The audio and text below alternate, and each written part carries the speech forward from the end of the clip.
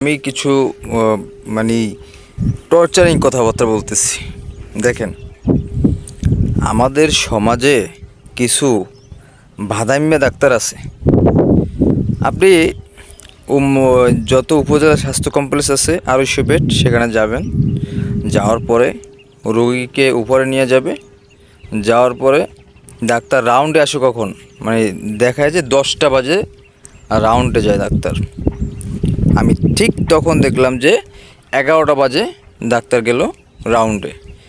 Round এমনভাবে করে যেন বইয়ের পাতা উল্টাচ্ছে, শুধু মুখস্থ করা, উল্টাচ্ছে লিখে দিচ্ছে, উল্টাচ্ছে লিখে দিচ্ছে। ভাই কেমন আছেন, আপু কেমন আছেন, কী অবস্থা, এই অবস্থা, ঠাস ঠাস ঠাস ঠাস করে লিখে দিচ্ছে। এই হচ্ছে অবস্থা।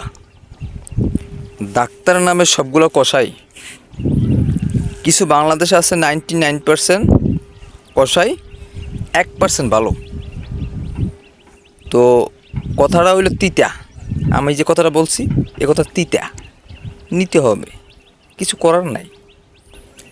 বাংলাদেশে বঙ্গবন্ধুর দেশে বঙ্গবন্ধু একটা কথা বলছে না, যে ধরেন 10 লাখ মানুষ, 10 লাখ কম্বল, আমারটা কই।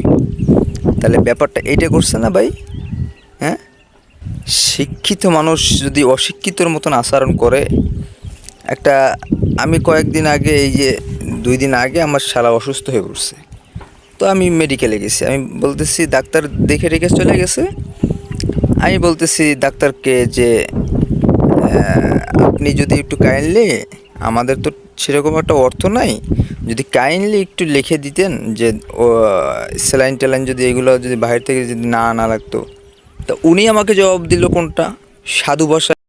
বেশি কিছু তো লেখি নাই, বেশি কিছু লেখি নাই, এই অল্প একটু জিনিস লিখছি, সেটার জন্য আপনারা এত কিছু করেন। অথচ 1500 টাকার গায়ের মারা সারা, স্যালাইন কিনলাম বাইরে থেকে, ইঞ্জেকশন বাইরে থেকে, প্যান্টোনিক্স দেয় কিন্তু আপনার সরকারি হাসপাতালে। মাননীয় প্রধানমন্ত্রীর দৃষ্টি আকর্ষণ করছি এবং স্বাস্থ্যমন্ত্রীর দৃষ্টি আকর্ষণ করছি। আমি ছোটো মানুষ হইলেও, ছোটো ইউটিউবার হইলেও কত ভিউজ হবে জানি না। মানুষের কাছে পৌঁছাইলেও পৌঁছে দিতে পারে, না পৌঁছাইলেও পৌঁছে দিতে পারে, এটা জানি না কি পৌঁছায়, ভিউজ তো হয় না।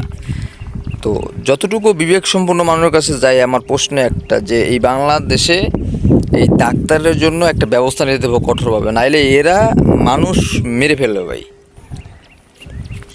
ছোট রোগটারে বড় করা, বড় করে ফেলায়, ছোট রোগটারে বড় করে ফেলায়। তাহলে চিন্তা করেন ব্যাপারটা। আমাদের বাংলা সমাজ গায়ের মারা পুরা সারা। 1971 সালে যা করছেন ভাইয়েরা, আপনাদেরকে ধন্যবাদ আমাদের বাংলাদেশ দেওয়ার জন্য।